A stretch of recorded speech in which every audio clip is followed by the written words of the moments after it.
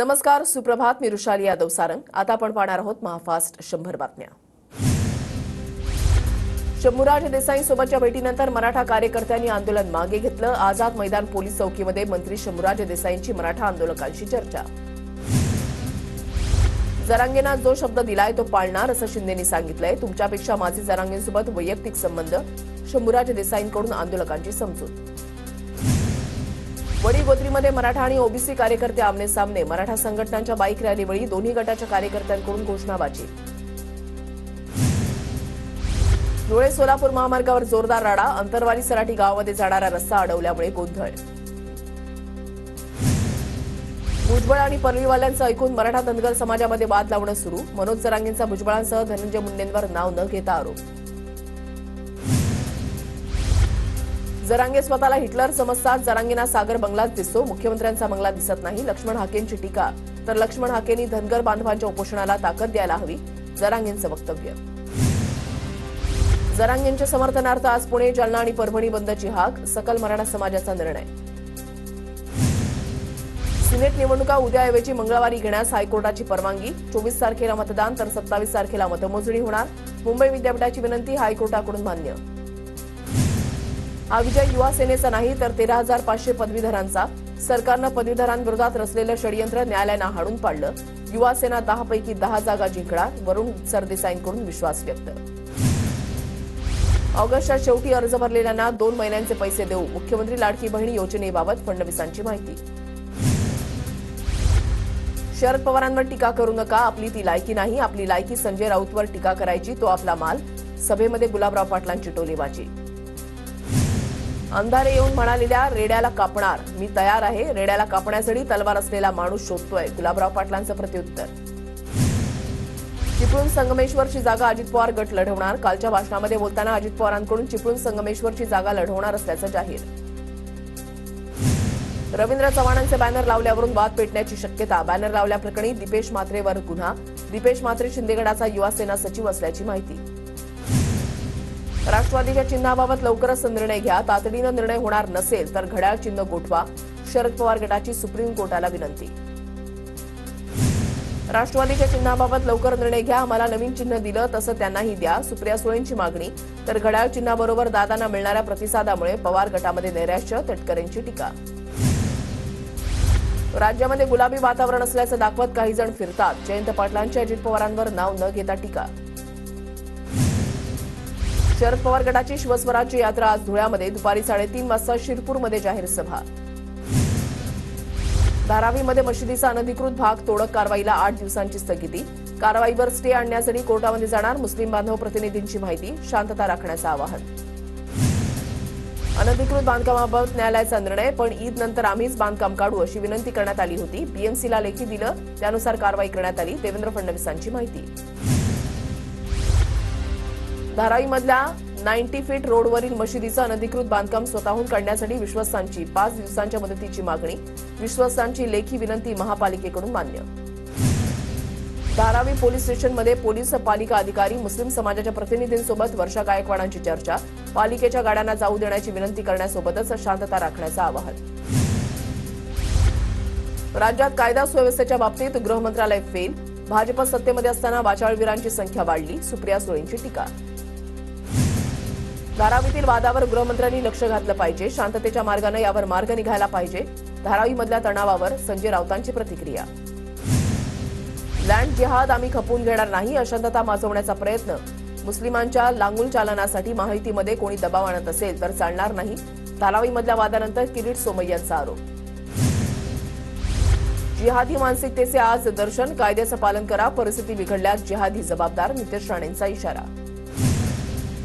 मशीद अनधिकृत जागी बांधता येत नाही. मशिदीचे कागदपत्र आहेत असा मला विश्वास. इम्तियाज जलील यांची प्रतिक्रिया. तर कायदा सुव्यवस्थेला गृहमंत्री जबाबदार. जलील यांची प्रतिक्रिया. जिहादी लोकांना राज्यामध्ये शरिया कायदा लागू करायचा आहे. कायद्याचं पालन करा. परिस्थिती बिघडल्यास जिहादी जबाबदार. नितेश राणेंचा इशारा. कोणत्या समाजाला डोळ्यासमोर ठेवून टीका करत असाल तर चालणार नाही. नितेश राणेंच्या वक्तव्यानंतर अजित पवारांचा दम. जिहादी लोकांना राज्यामध्ये शरिया कायदा लागू करायचा आहे. नितेश राणेंचं वक्तव्य. नितेश राणेंसारख्या बेताल वक्तव्य करणाऱ्यांचा निषेध करण्याची राष्ट्रवादीमध्ये ताकद. सुनील तटकरेंकडून राणेंच्या वक्तव्यावर रोष व्यक्त. छत्रपतींबाबत नितेश राणेंचं अपमानास्पद वक्तव्य, अमोल कोल्हेंचा आरोप. तर आता सत्तेला लाथ मारून बाहेर पडा तरच ताकद दिसून येईल, कोल्हेंचं अजितदादा गटाला आव्हान. मवियाची 288 जागांवर पहिल्या टप्प्यामधली चर्चा पूर्ण. दुसऱ्या टप्प्यामध्ये तिढा असलेल्या 30 ते 35 जागांवर चर्चा होणार. काही जागांमध्ये अदलाबदल केली जाणार तर 120 ते 130 जागांवर मवियामध्ये सहमती. विदर्भ सोडून महाराष्ट्रामधील उर्वरित जागावाटपावर चर्चा, सूत्रांची माहिती. अमित शहांचा दौरा आणि जागावाटपाचा संबंध नाही. जागावाटपाची 70 ते 80% चर्चा पूर्ण. बावनकुळेंची माहिती. तर मवियामध्ये ठाकरेंना सीएम करणार नाहीत, बावनकुळेंचं वक्तव्य. मुख्यमंत्री मवियाचाच होणार. राज्यामधली जनता मुख्यमंत्री पदासाठी मतदान करेल. राज्यामध्ये सध्या भ्रष्टाचारी मुख्यमंत्री, राऊतांची विखारी टीका. राज्यामध्ये तिसऱ्या आघाडीचा महाशक्तीचा मुख्यमंत्री होणार असल्याचा बच्चू कडूंचा दावा.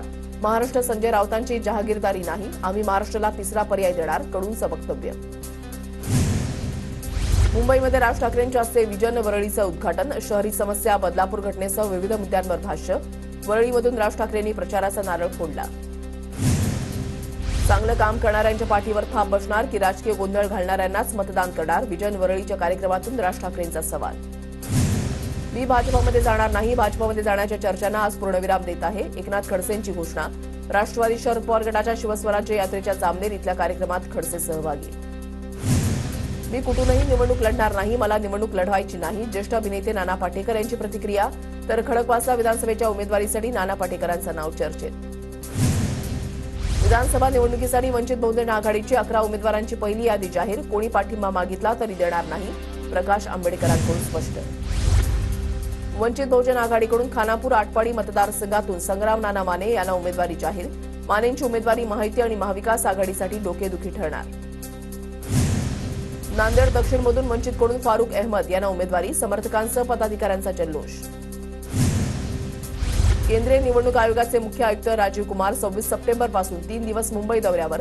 आगामी विधानसभा निवडणुकीच्या तयारी संदर्भात आढावा घेणार. भावी आमदारांचं नाव घेतल्याशिवाय लिस्ट कशी पूर्ण होईल, अमोल कोल्हेंकडून दिलीप खोडपेंचा भावी आमदार म्हणून उल्लेख. खोडपेंनी शिवधनुष्य उचललाय का, नाहीतर आमचा घोटाळा व्हायचा, जयंत पाटलांनी दिलीप खोपडेंना बाजूला उभं करून विचारला सवाल. पालघरच्या 6 जागांपैकी 4 जागांवर ठाकरे गटाचा दावा. माजी खासदार विनायक राऊतांच्या नेतृत्वात ठाकरे गटाची बैठक. भाजपच्या हस्तक्षेपामुळे शिंदे गटाचे 4 खासदार पराभूत. मित्र बनून मानेवर सुरी लावण्याचं काम भाजपनं केलं, बच्चू कडूंचा आरोप. संजय राऊत म्हणजे शिवसेनेचं आकाशवाणी केंद्र. दिल्लीमध्ये तिसऱ्या पक्षाचं सरकार आहे, असाही टोला.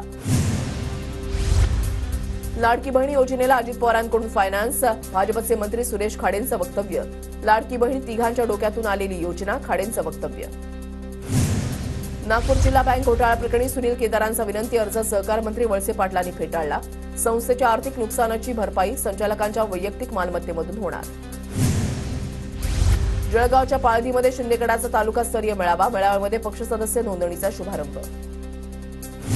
धुळ्यामध्ये सकल मराठा समाजाकडून साखळी उपोषणाला सुरुवात. मनोज तरंगेंच्या उपोषणाला पाठिंबा देण्यासाठी ठिकठिकाणी उपोषणाला सुरुवात. धुळे शहराच्या देवपूर भागामधील अनेक कार्यकर्त्यांचा समाजवादी पक्षामध्ये प्रवेश. इर्शाद जहागीरदार यांच्या प्रवेशानंतर कार्यकर्त्यांचाही प्रवेश. तिरुपती मंदिरामध्ये हिंदूंना डावलून ख्रिश्चन धर्माचे चेअरमन ठेवले. कायद्यामध्ये बसत नसतानाही करुणाकर रेड्डींना तिथे नियुक्त केलं. तिरुपती देवस्थानचे सदस्य स्वामी कमलेश महाराज यांचा आरोप. मुंबई हायकोर्टाच्या नवीन इमारतीचं सोमवारी भूमिपूजन. मुख्यमंत्री शिंदे, सरन्यायाधीश धनंजय चंद्रचूड यांची कार्यक्रमाला प्रमुख उपस्थिती असणार.